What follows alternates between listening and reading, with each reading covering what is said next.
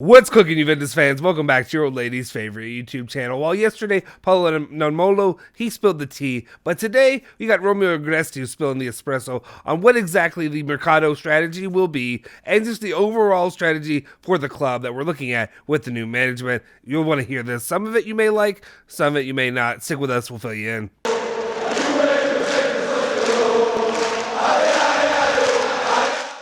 Ciao ragazzi, welcome back to the Bianconeri Zone. My name is Justin Sovro. Today it's Saturday, March 26th, 2022, and of course I've got your latest rundown of all things Juventus, all the news that you care about, as quickly as possible to get you in and out and about your day. Before we do that though, let's go ahead and hit that like button, smash that subscribe button if you haven't already, and hit that bell icon to stay notified for all of our latest videos. Let's just jump into it. All right, the very first news story of the day, actually, it's a news story with no source because it's actually just out there. We actually talked about it on the Bianconeri Zone Twitter account as well as a few other sources, but basically just saying that currently the Italian clubs are all hypocrites. And when I say that, what we have here is Atalanta are asking to not play their game in hand against Torino and to be awarded a 3-0 victory. Alongside of that, before this actually, Inter were also asking to be handed a 3-0 victory for the match that was not played against Bologna instead of rescheduling it, as you normally should, and as normally any team in this circumstance would be doing. The one thing that I find humorous about this is that, of course, Juventus had their issues with Napoli over the last 2 seasons due to the Pandy situation and all that goes along with that. Of course, every other Italian source or every other Italian fan. Management, whatever have you, was out there crushing Juventus, complaining that they, were just expecting to be handed this victory from Napoli. The difference was, though, is that Juventus and Napoli had multiple issues. That game should have been played as it was played on time. Napoli and Trashman De Laurentiis didn't want to do it because they were missing some key players, so they did anything to hold out for as long as they could. The thing is with Bologna and, of course, Torino in this situation, it's not the same at all, and I think it's absolutely, it's not surprising, right? It's not surprising at all that these two clubs would be as big of hypocrites as anybody else, as all the clubs are when it comes to Italian football and Italian sport. It's a disgrazia, which is also the reason why, you look at the current state of Italian sports as we talk about it, especially with Italy failing to make the World Cup. It's not really surprising when these are the leaders that you have in positions as they are. We'll see what happens. We'll see if I don't want to say justice, but any kind of actual normalcy, if any kind of actual, I don't know what the actual standing is for this, but while I have right now, Juventus had to play that match against Napoli. They made it, they had to have it happen, right? So if they go in and actually reward either of these two clubs, these bum clubs, with 3-0 victories, I'll be filling my diaper on here about it, right? I'm going to be angry about it. Where I'm going to be raging on it because it is ridiculous. It's actually a double standard, and I can't stand the way that Juventus gets treated compared to the likes of Inter and Atalanta and their bum clubs. All right, let's continue on. First up, the news story that we have of the day is Romeo Agresti, who's speaking with Red the Rock, one of those another Juventus, I guess, account who has some neat information there, so make sure you go check them out. But anyway, here's some of the big information hit points that he had while on there.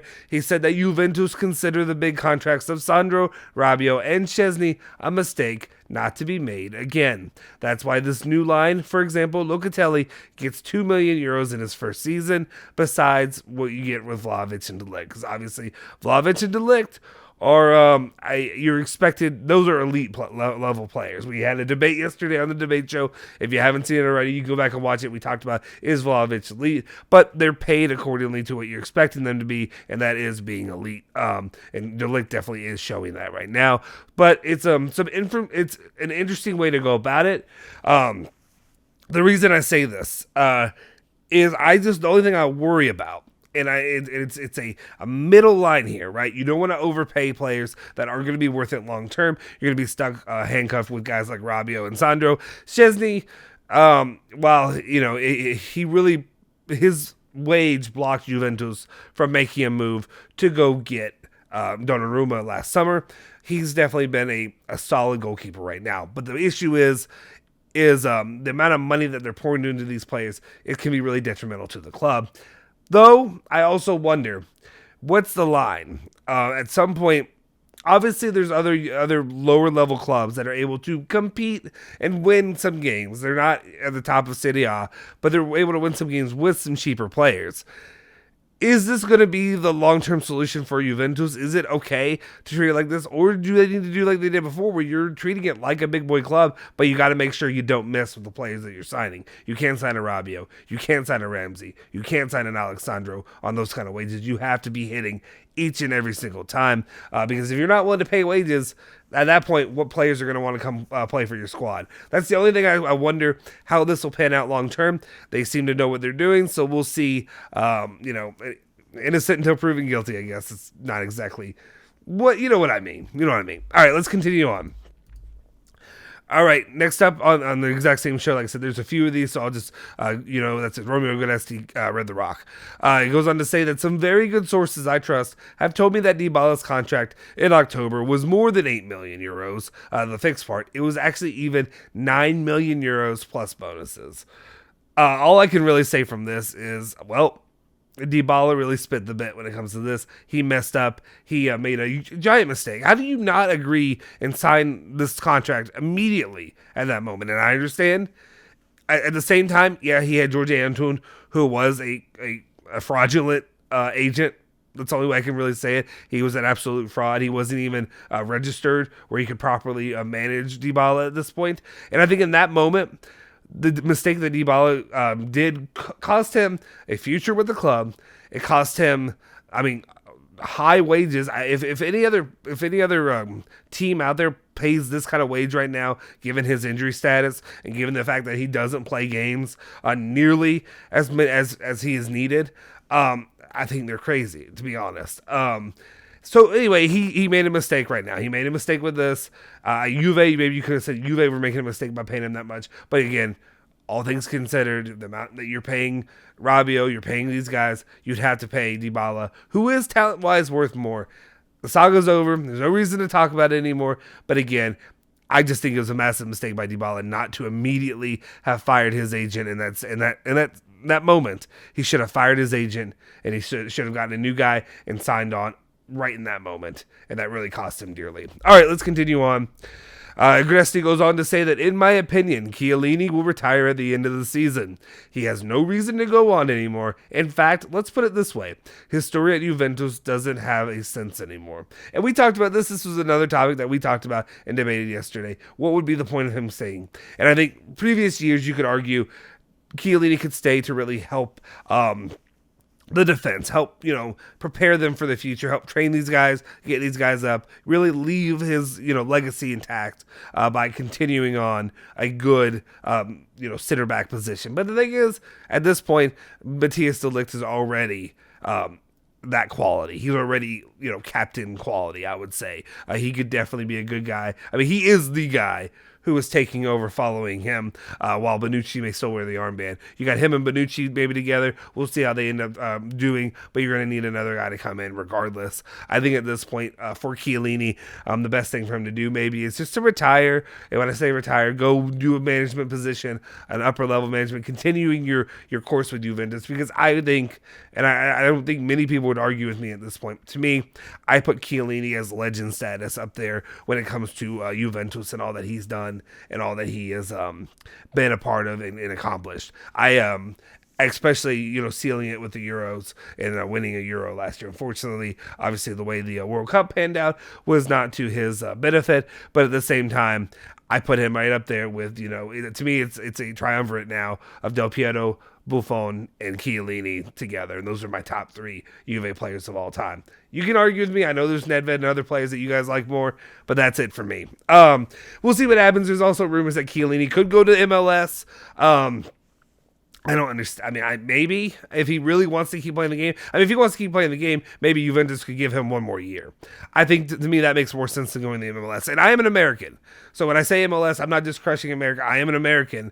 I like him. I like it enough. We have a local team and that's trying to get into the MLS. It's USL. It doesn't matter. But what I'm saying is, in this instance, what would it do for Chiellini? Unless you really just want to go live in New York and live in LA and do one of those 2 teams, maybe that makes sense. Hang out with Del Piero in LA.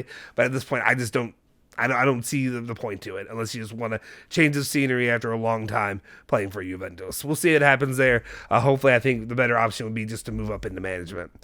All right, next up, Agresti says that Rudiger has not made a decision on his future yet. He has spoken to several clubs, including Juventus, but he has not said yes to any because he prioritizes, I couldn't get that one out, Chelsea. He wants to know if they will make a better offer. So as it stands right now, we talked about Rudiger and his situation. Romeo's pretty in touch when it comes to that, saying that he's not said yes to Juve, he hasn't said yes to Bayern or whoever else may be looking at him. If he can stay at Chelsea, he'll do that. But at the same time, I again, with the rumor out there that he wants a 30 million signing bonus and then 10 million per season, I don't see any chance that Arriva Bene and Juventus make this move for him. I think you go after a cheaper option instead. It just doesn't seem worthwhile to me in this moment. I especially don't think you can pay a guy like him. While he's a good defender, while he's a good center back, you can't justify paying him more than you're paying Matthias de Ligt. And that's what I look at it. You'd have to give Matthias de Ligt a nice little raise there is what I would say. All right, next up, though, he also talks about Alexandro and the situation going on there, saying that, in my opinion, as a left back, Juventus will make a level hit. They will take an experienced player, a real player, a starter who will maybe bench Alexandro or make him leave. I don't know who this player is. We've had rumors of different players out there. Lodi, I can go through, Cambiaso, all these different players that have been led or put out there. But who does that mean that is? You're also saying it's an experienced player. So I'm interested to see where Juventus will go with this. Is this one of the early moves they will make in the Mercado? I don't know, but we will have to pay attention to see what will happen there. And also continue on. Calcio Mercado kind of basically says the same thing. CalcioMercado.com says Alexandro's time at the club is over. The club is looking for a replacement. Thanks. We know this. We are aware. Thank you. All right. Let's move on to the next news story of the day. And that is Tutto Sport, who's reporting, saying that Juventus and Inter will battle it out for the signing of Fratesi. Sassuolo are asking for 25 million euros. 30% will go to Roma. The club is interested because of the player's versatility. In this circumstance, I'm interested mainly because of this. I think Fratesi could be fine. He could be a good option in the future. I like him. But there's so many other little pieces right now that Juventus, I think, are looking to fill in and move around that I don't know how high Fratesi would be as an option. Also, is Sassuolo going to deplete everybody that they have? Are they going to sell Scamacca? Are they going to sell Raspadori? Are they going to sell Berardi? Are they going to sell, Fratesi's? Everybody leaving?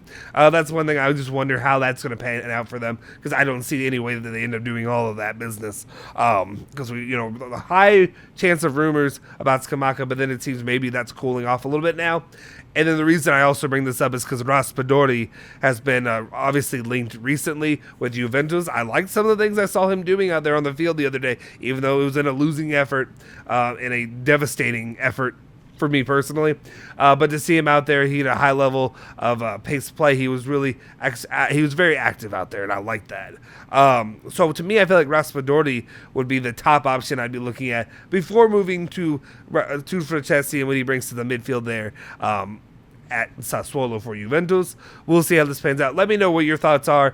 If you would go after one more than the other right now, let me know who that would be. Raspadori, Fratesi, Scamacca's not coming. Berardi, I don't even want to hear. If you want to say Berardi, you're banned from the channel. You're just banned immediately. All right. Next up, talking about Italians, Tutto Sport goes on to say that Juventus want to have an Italian core and are looking at Jorginho and Emerson Palmieri for next season. I know that's going to rub some people the wrong way, and I don't fully disagree. Maybe that's the left back option. That's an experienced option that Juve are looking at getting. Maybe that's it. Maybe that's who Emerson Palmieri is. I know a lot of people don't like it. I know there's a lot of Juventus fans that are not high in it. I mean, I fall similarly into that category. I'm not going to rage about it, but I can understand why people would have some worries there about trying to bring in a player like him at this time, especially when you're looking at the other options, like a Jorginho, all the other Chelsea options right now. Rudiger, even Pulisic, who's been rumored out there that Juventus could be looking at. We'll see which one they go for. I do like the idea of establishing the Italian core at Juventus. We've seen them do it recently with pieces that they brought in, like buying Rovella, bringing in Locatelli. We'll see how Chiesa. We'll see how this continues to develop. The only thing I wonder, and I wonder how many Juventus fans are feeling this right now, because I know there's this reaction. You have this, it's all reactionary, where it's, you're just calling everybody bums. You're thinking the entire Italian national team is worthless and useless. Bernardi is a bum. We'll say that. I'll say that. Bernardi is. But when it comes to the rest of the team out there, so many people are like, we don't want, it's sad that we're being linked with these players. Like, guys, these are the Italian players, and that's what Juventus does. It's unfortunate the way that the game plan played out. You're devastated with injuries. Especially when I say devastated, you're devastated with the loss of Chiesa, right?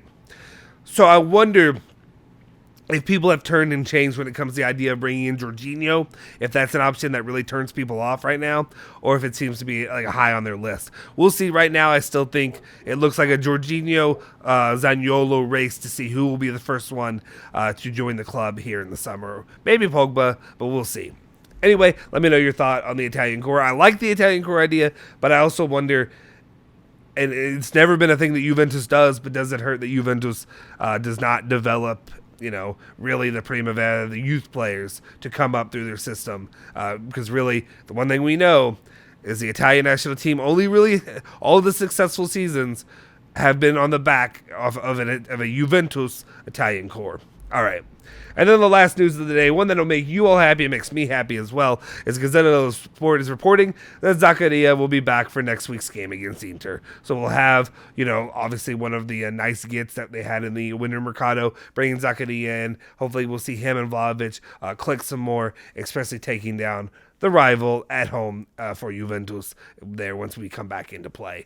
Anyway, guys, that's the news we have for you today. Let me know your thoughts in the comment section down below. Any of those names that were leaked or rumored out there that you like or that you're interested in, that you would like to see come to Juventus? Is there any of the information that we talked about today that you're not really high on? Do you think Chiellini should stay? Do you think he shouldn't go to MLS? Anything like that? As well as, of course, the Dybala he had all that money on the table and really just squandered it away. Let me know in the comment section down below. If you haven't already, please hit that like button, hit that subscribe button, and hit that bell icon to stay notified for all of our latest videos. Also, if you haven't already, make sure you follow Bianconeri Zone at Bianconeri Zone on Twitter, Instagram, and Facebook. Follow me if you feel so inclined at Justin Sofro on Twitter as well. I'll see you guys next time. Forza Juve, Forza Bianconeri.